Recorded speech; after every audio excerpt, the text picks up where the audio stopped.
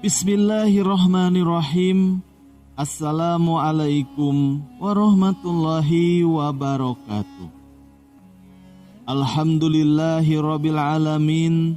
Wassalatu wassalamu ala asyrafil anbiya'i wal mursalin nabiyyina wa habibina Muhammadin wa ala alihi wa sahbihi ajmain wa man tabi'ahum bi ihsani ila yaumidin. Amma ba'du. Segala puji hanya milik Allah, Rabb semesta alam.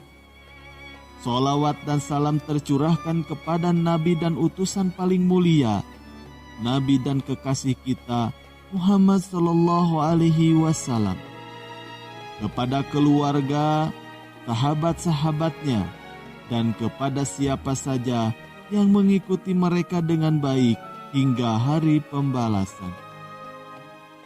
Marilah kita bersolawat kepada junjungan kita, Nabi Muhammad sallallahu alaihi wasallam.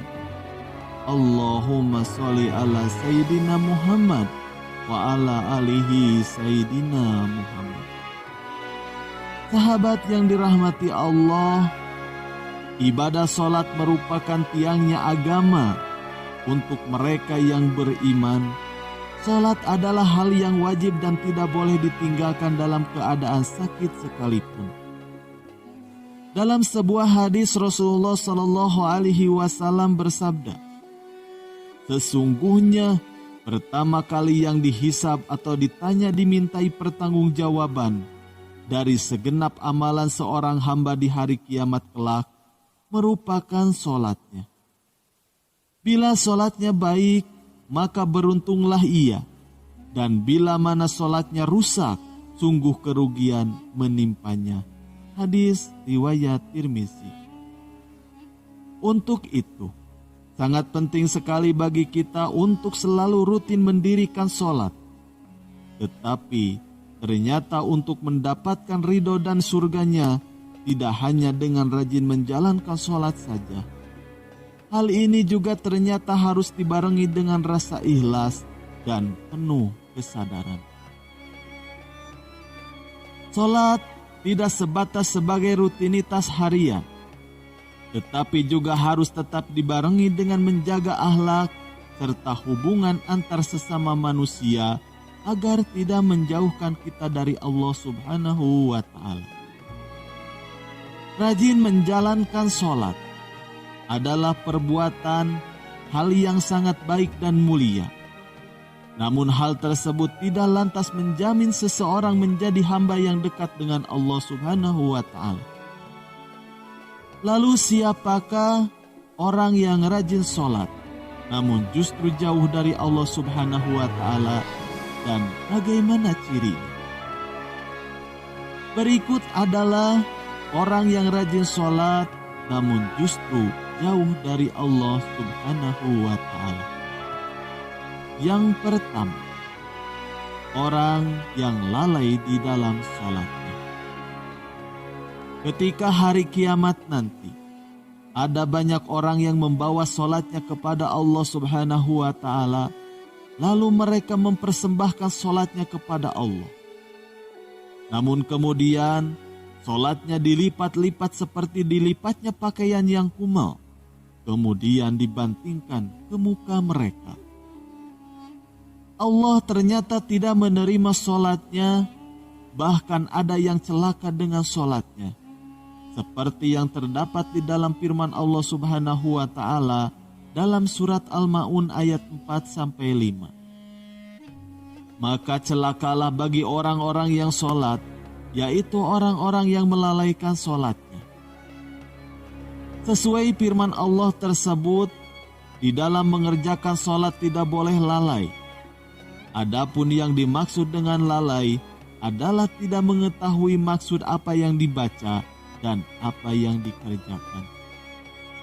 Apalagi jika kita kurang memperhatikan syarat, rukun, dan juga ketentuan-ketentuan sholat lainnya, maka tentu saja yang diperoleh hanyalah payah dan letih.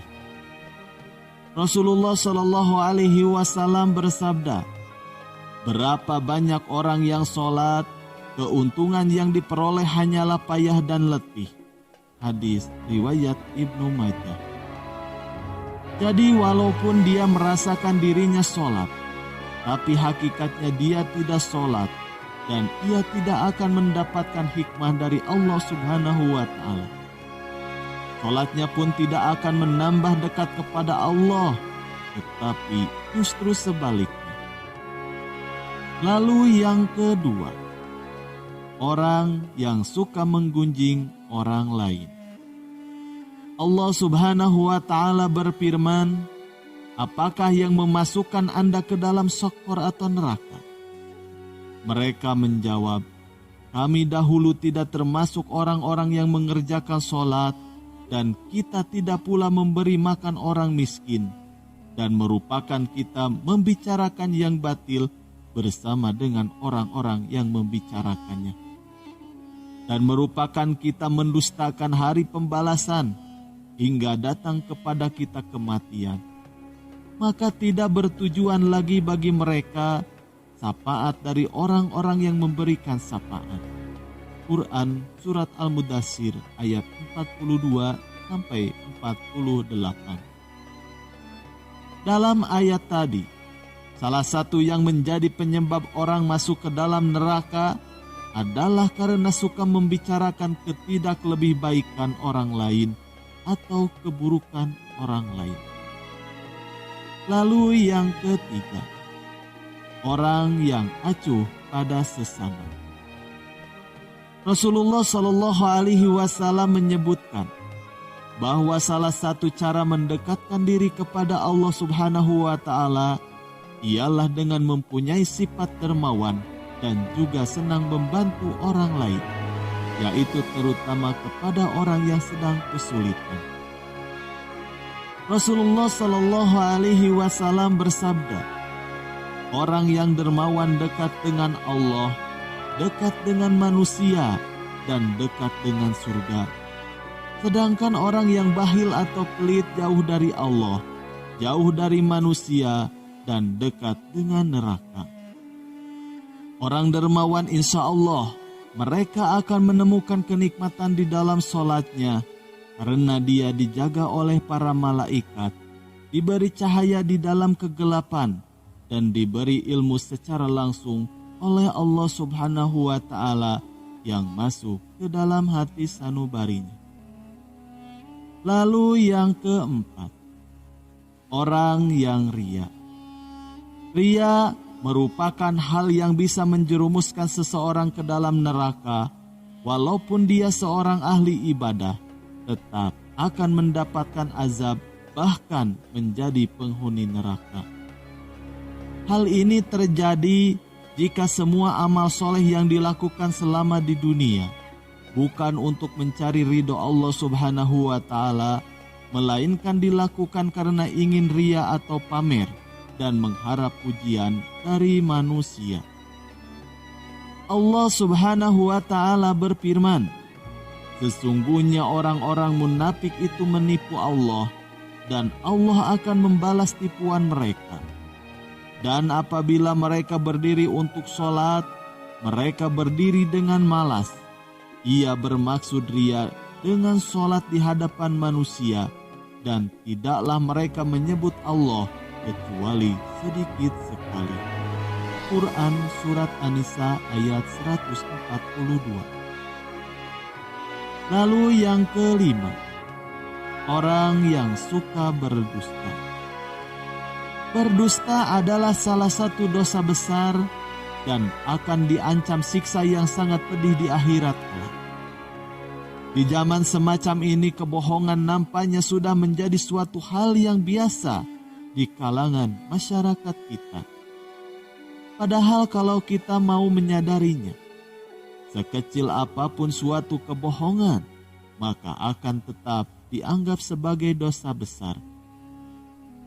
Walaupun ada seseorang yang rajin sholat dan beribadah, namun jika tidak bisa menjaga lisannya dalam artian suka berbohong, maka sholat dan ibadahnya akan sia-sia semata, karena kebohongan itu akan menghapus amal-amalannya. Berbohong menunjukkan salah satu ciri dari golongan orang-orang yang munafik. Untuk itulah, sebagai umat Islam, kita wajib menjauhi yang namanya tindakan dusta. Karena itu dapat membuat kita celaka, baik di dunia maupun di akhirat kelak. Semoga kita termasuk golongan orang-orang yang rajin sholat dan dekat dengan Allah Subhanahu wa Ta'ala, sehingga kita bisa mendapatkan ridho serta menetap dalam surganya kelak. Amin ya Allah ya Robbal Alamin. Sekian yang bisa kami sampaikan. Wassalamualaikum warahmatullahi wabarakatuh.